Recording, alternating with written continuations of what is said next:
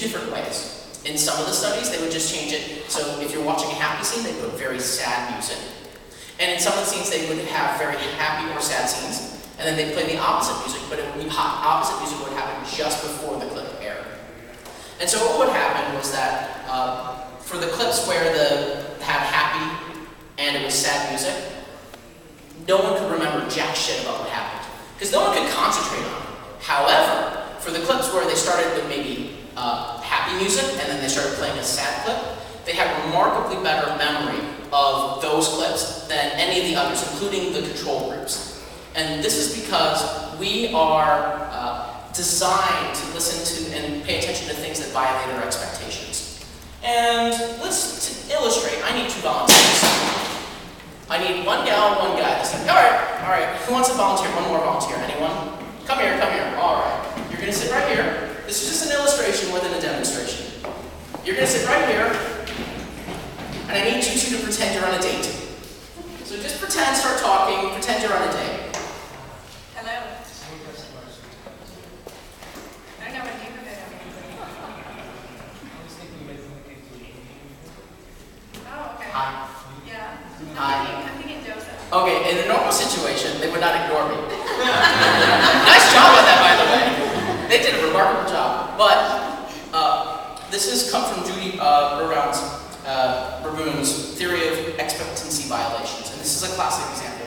Pretend they're on a date, and then suddenly it's just some random person who comes and just sits down and doesn't say a word at the date. What's going to happen? You're going to pay attention to that person, right?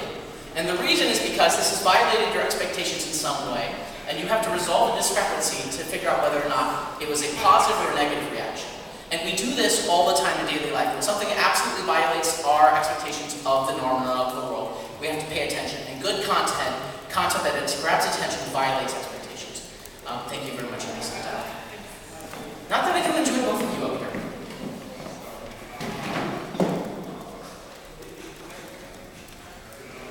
And so, violating expectations, again, this is a theory of violating expectations. There are a couple classic examples. I would say Old Spice is a perfect example of that, right? When you saw this first ad, you did not know what the hell to make of it, right? You were like, what's going on here? But you'd have to watch it over and over and over again. It was not like any other ad that had ever been put onto the market. But Old Spice was not the only one. This is one of my favorite examples. Years ago, Patagonia, the clothing brand, put out this campaign. It was called, "Don't Buy This Jacket." That is not a thing that a clothing brand tells you to do. When you read into it more, they would tell you that they want to protect the environment. They don't want you to use things they want you to make sure you get the full use out of things. So if they can repair your jacket or coat, they would do it. And if they absolutely couldn't, then they would help you buy a new one. But they wanted to help preserve the environment as much as they could. And so, despite the fact that maybe initially this wouldn't get them too many sales, within 2 years their sales tripled. Because everyone wrote about it, everyone discussed it. This is not a thing that a brand does, but people appreciated it because it ended up being something that violated expectations but in a positive way. More classic startup example would be Double Shave Club, which I don't know if any of you have seen the video, but I suggest watching if you don't. No one expects any brand to come out with, say, our blades are fucking great. But they did, and it worked extraordinarily well for them. And the entire thing was just one big, what the hell is going on? But it worked, and it worked magnificently. One more very classic example. In the 1950s, actually a little bit earlier, early on, the Mustang, when they were trying to, they had just launched it, it was just starting to get traction, Ford was like, let's go do something different. And one of their marketing heads met up with the guy who ran the Empire State Building. He's like, let's put a car on the roof.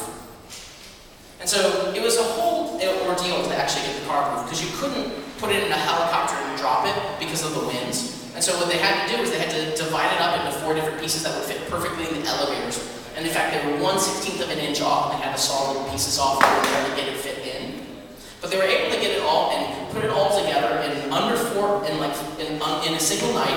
And the next morning, when they had to tell the news crews to stick the fly, when they were going out in traffic, they'd be like, "Why is there a car in the Empire State Building?" And all the news crews covered it, and all the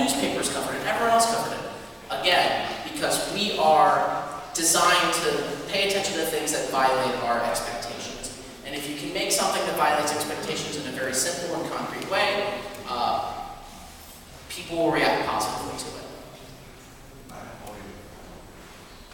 And so these are just a couple of lessons that we can learn from Oda Ono. Again, with Oda Ono, they found a way to violate the expectations of what people expected of anybody. You know, they decided, let's go talk about body odor. Let's go talk about these things that no one is willing to talk about. And it became a sensation, as well as a controversial sensation. But it violated expectations and people paid attention. And when people paid attention, they had the ability to deliver their message and end up with a much better product and a much bigger market than they would have ever had if they had not. So, as we were saying, why did Oda Ono succeed? And what can we learn from Oda Ono? And really it comes down to 3 key areas. 3 burritos. It's 3 burritos if you couldn't see from the back. They leverage experts, reframed the conversation, and violated expectations. And great content does all 3 of these things. Of course, great content does other great things, but you'll have to read my book to find out what are the other things. I'm going to give one final piece of advice before I close, though. Another lesson that I learned throughout my book. And I'm going to go use a movie to kind of demonstrate it. Anyone know what movie this is? No, that's a good guess, though. It's a monster movie. It was Cloverfield from J.J. Abrams. And the J.J. Abrams Cloverfield marketing campaign was different than almost every other marketing campaign. The biggest mistake that almost every movie, all the movie makers, all the studios make nowadays, is that they reveal too much information about their plots in the trailers. And there is actually a scientific problem with that, which is that we as a society are designed to, we as human beings, pay attention to the things that are incomplete thoughts, incomplete puzzles, incomplete ideas. And in the case of Cloverfield, they had a campaign where you did not know what was happening. You only knew bits and pieces, and people had to go to the movie theater in order to find out what happened. And actually, there was a researcher a number of years ago. She was a Soviet researcher, but she was sitting at a restaurant, and she was watching all these waiters, and just fascinated by the fact that these waiters could instantly listen to someone's order and remember it perfectly, until the point in which they delivered the order, and they completely forget the order. Why was that? So she got a bunch of kids, and she had them do puzzles. And so half the kids would get the chance to finish their puzzles, and half, like the kids, would not have the chance to finish their puzzles. Halfway through, after they invested some time and energy, they take the puzzles away. Seems kind of cruel, right? But 2-3 weeks later, when they talked to the kids about these puzzles, they would try to see, like, what were the puzzles about? What did you learn? All that sort of thing. And they found that the only things that any of these kids remembered were the puzzles that were incomplete. And so we have this propensity, which I call in the book the compulsion for completion. That we have a compulsion to finish storylines that have gotten started. And this is something where you don't want to give away your entire plot. You don't want to give away all the secrets in a single post and a single piece of content. You want to give it bit by bit so that people will come back next time for the next installment of your series, for the next piece of information. And so the rest of that is something I'll discuss next year, because there's so much more information. There's so much more science behind attention. There's so much that I learned when I was doing research for my book. If you want to go and check it out, Captivology.com, you can go and sign up. I'd appreciate that. I'm Ben, and thank you very much.